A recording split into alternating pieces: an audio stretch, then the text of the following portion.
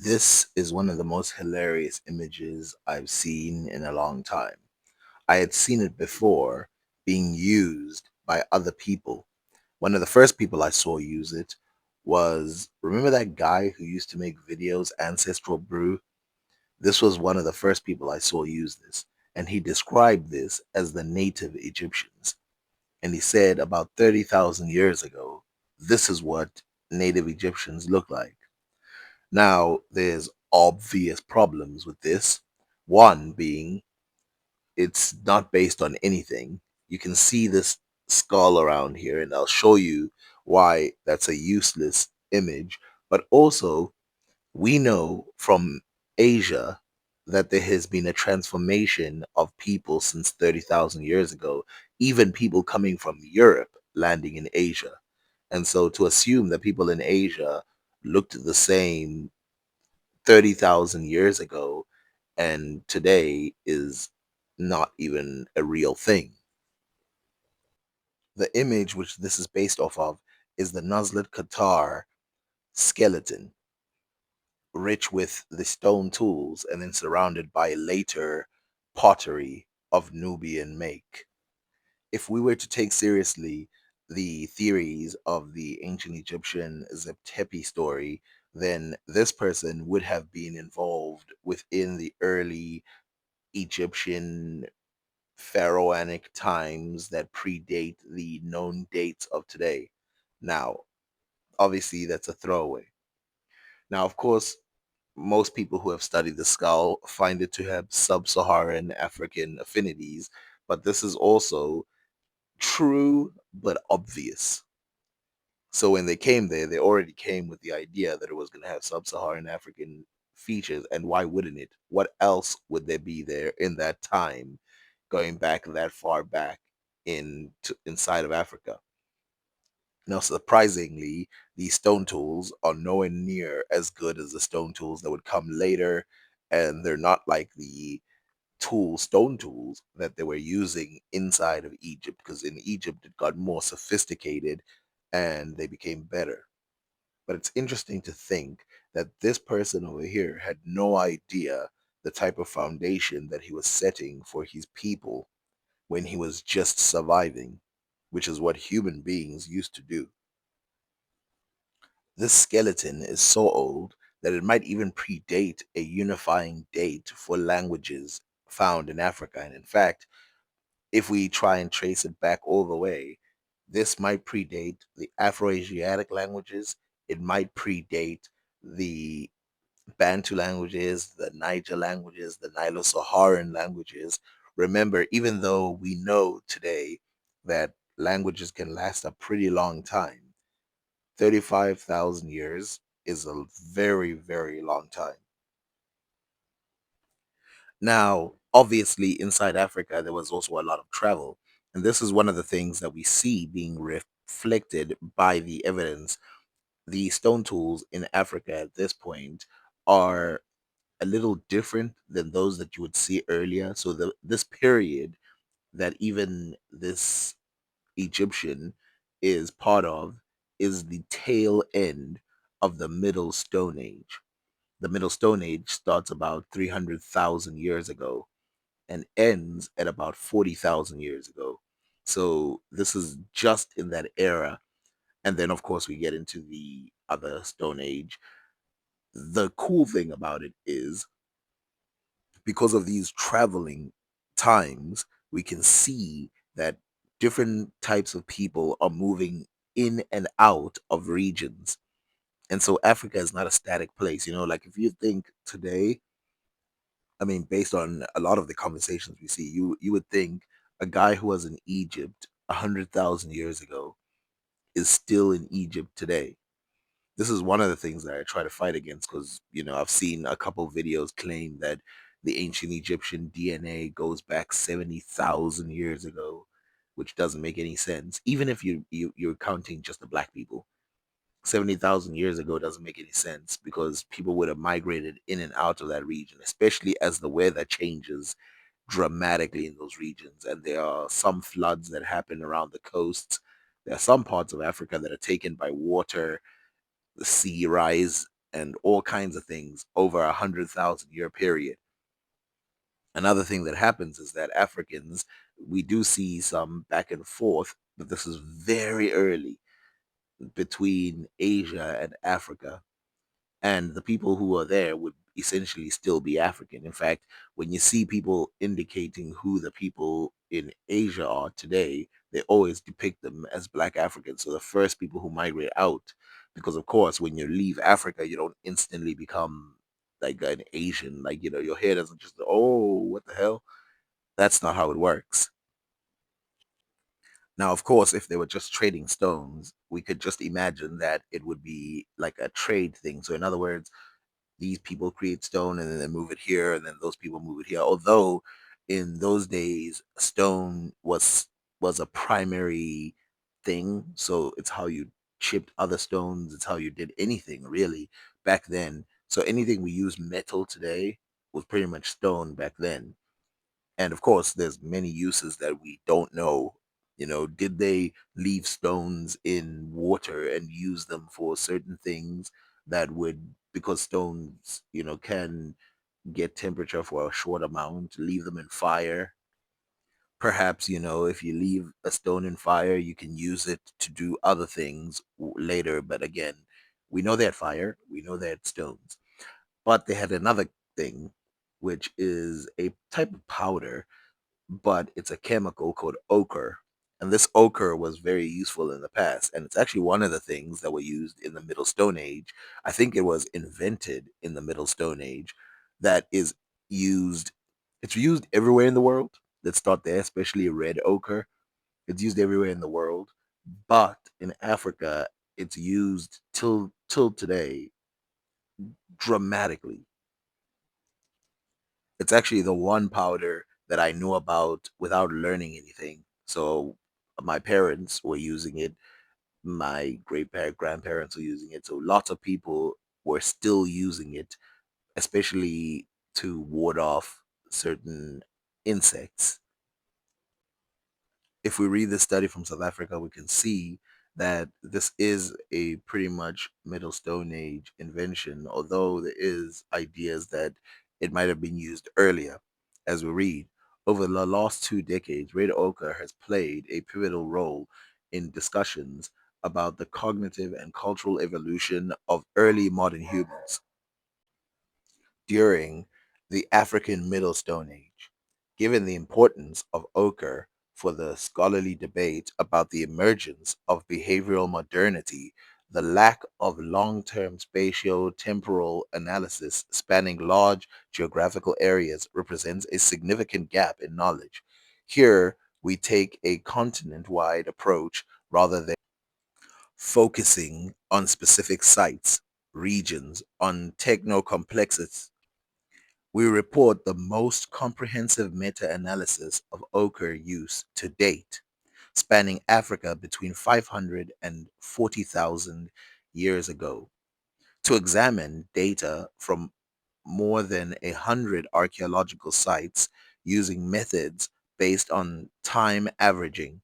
We identified three distinct phases of ochre use. The initial phase occurred from 500,000 to 330,000, the emergent phase from 330,000 to 160,000, and the habitual phase from 160,000 to 40,000 years ago. The number of sites with ochre increased with each subsequent phase. Let's zoom that in. I need to see better. More importantly, the ratio of the site with ochre compared to those with only stone artifacts also followed this trend, indicating the increasing intensity of ochre use during the Middle Stone Age. While the geographic distribution expanded with time, the absolute number of ochre finds grew significantly well, underlining the intensification of ochre use. We determined that ochre use established itself as a habitual cultural practice in southern, eastern, and northern Africa starting about 160,000 years ago, when a third of archaeological sites contain ochre. We argue that this pattern is a likely material manifestation of intensifying ritual activity in early populations of Homo sapiens. Such ritual behavior may have facilitated the demographic expansion of early modern humans, first within and eventually beyond the African continent. We discussed the implications of our findings on two models of ritual evolution: the female cosmetic coalition hypothesis and the ecological stress hypothesis, as well as a model about the emergence of complex cultural capacities, the eight grade model for the evolution of the expansion of cultural capacities. Now, of course, since this was invented in the time before human beings ever left Africa, we can bet ourselves that it was invented within Africa. And then, of course, it expanded outside of Africa, as I said before. And you can see here that it's being used as a cosmetic thing, but it's always been in use for this period. I mean, 100,000 years ago. It's actually one of the things that tells us that Africans have been using paint on their body for a very long time. And it's good that we have this. Remember, in the Blombos cave, we also have that type of stuff. The beautiful thing about this type of thing is that it reminds us that firstly, Africans didn't have the same mindset throughout the entire period. Remember, as they say in the beginning, it tells us the growing culture around. So one of the things, Svante Pabo, if you remember who he is, he's the scientist who discovered that you could get DNA from ancient people. One of the things that he said was, if you compare Neanderthal technology from when they started or where we first find them to when they ended, it's a very small change. But as you can see in this time and period, even something as, let's say, part of adornment. Remember, I said there's five key art things in history. Something that's mainly used for adornment, like this, is showing us already that the technology is growing significantly and that there will be a change in human beings from this time period on. Now, this is not the only thing that we see. We see, and a lot of people ignore these types of technologies because they don't even know about them. They don't know that Africa was developing all kinds of things. There's also that piece of wood, but we'll get back to that. But the thing that we see is that the way they use ochre differs. And that you saw there, they gave certain dates, like, okay, they started using it this way and certain in that way, and they're going to give more dates. We'll talk about that just now. But I want to talk about something else about this ochre and how it left Africa and all of that. Um, it's quite obvious that it must have been used. Firstly, I mean, we know because we find it in multiple sites, but it must have been used very much more than not, because even the small group that left Africa carried this tradition with them. And we know that even traditions that are very common among humans can just disappear.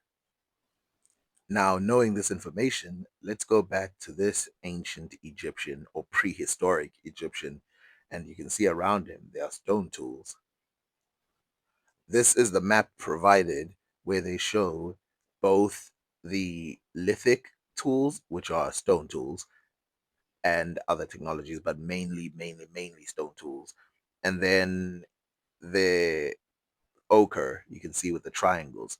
Now you might think, okay, so why would I care that there's ochre in certain places and stone tools? Well, it's because in Asia, we don't really find ochre, at least ochre workshops, until 40,000 years ago. So this would exclude certain places and include certain places. In Egypt, we find ochre. In the Horn of Africa, we find ochre.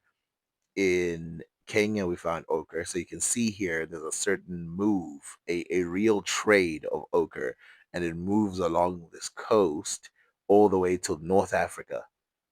So this is like the early ochre movement, or at least based on a hypothesis.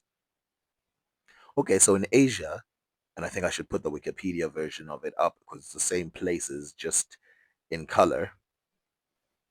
So, like I said, the first use of ochre is in Africa. We can see that it's from around 500,000 years ago to about 40,000 years ago BP, which ironically is about the same time that we start seeing it in Asia. But we see it in Asia, in China. Now, of course, this African invention, we'd have to think about what it's doing in China at this time and why do we first see it there instead of the Middle East? Because it would be easier for it to move past the Middle East. Maybe they discovered it independently, or maybe it was the beginnings of a larger scale trade, or maybe it was sign that the technology was starting to improve outside of Africa. So as we read, symbolic finds and feathers and features, along with human, animal, and plant remains, each assemblage is assigned to a specific geological and as appropriate archaeological layer. ROAD or road integrates this data and provides a means to query and analyze the spatial and chronological distribution of assemblages. The database includes a map module offering basic cartography tools, allowing sites to be plotted on a wide array of topography, climatic, ecological, and vegetational maps.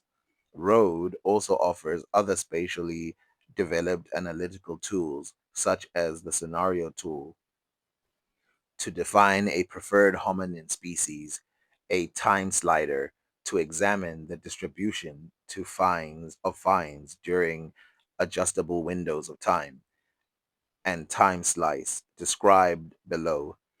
We evaluated the published data from each locality based on the character and quality of the ochre artifacts reported, the nature of the excavation, and the stratigraphy of the site and the reliability of its dating due to the way we enter and link data in Road.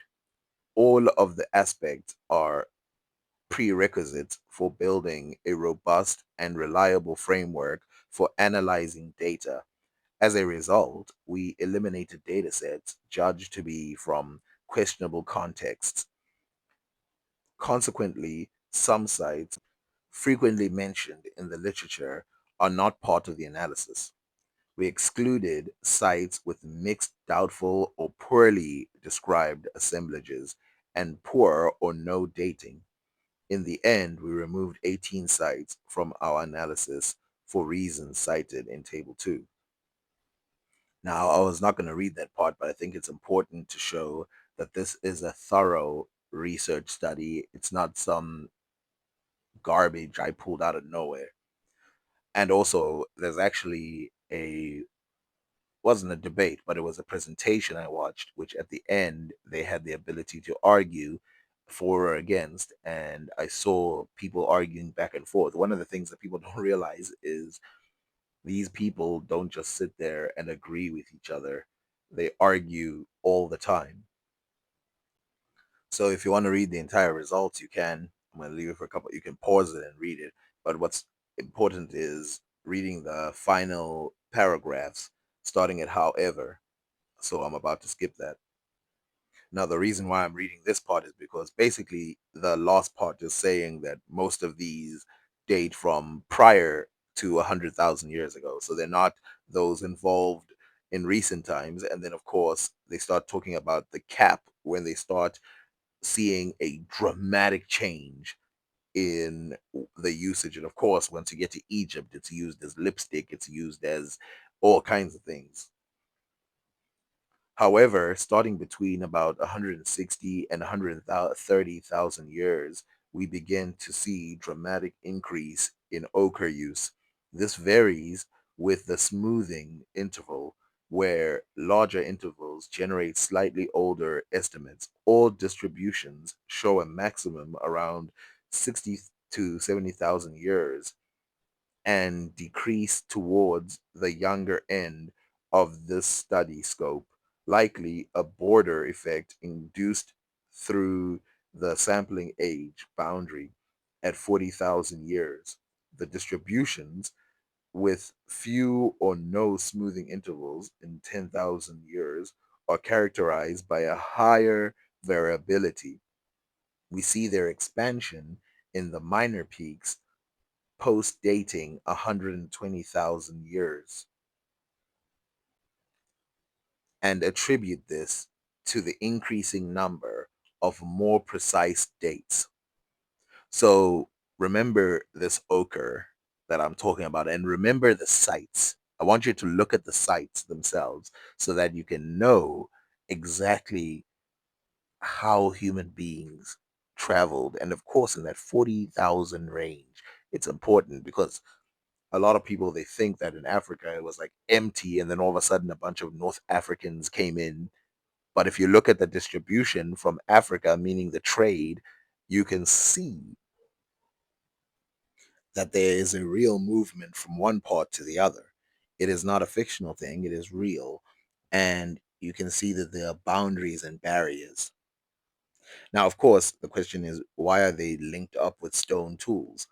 Well, one of the ways that we discover exactly how old some stone tools are is because they used to crush this powder or this material.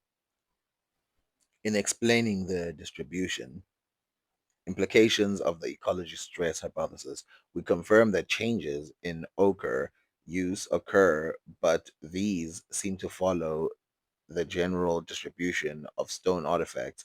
We recognize a subtle increase in ochre use around 330,000 years ago and an introduction of emergent phase, which is contemporaneous with globally warmer conditions during and rather arid conditions in Eastern Africa. However, the high age uncertainties of the assemblages in question make it difficult to draw conclusions about causal relationships. The habitual phase, post dating 160,000 years, tends to have lower age uncertainties and is therefore more suitable for comparisons with climatic variables for the main regions of Africa. We make the following observations. So for Northern Africa, it's bimodal. The ochre distribution is bimodal and has its highest peak roughly at around 110,000 years ago, which is more pronounced than the peak in lithic assemblages from the same region. This time range corresponds with the Green Sahara periods, which created favorable conditions for human occupation around 100 and 110,000 years ago. Furthermore, Jones mentions the onset of symbolic behavior, including ochre use with the MIS 5E climatic optimum.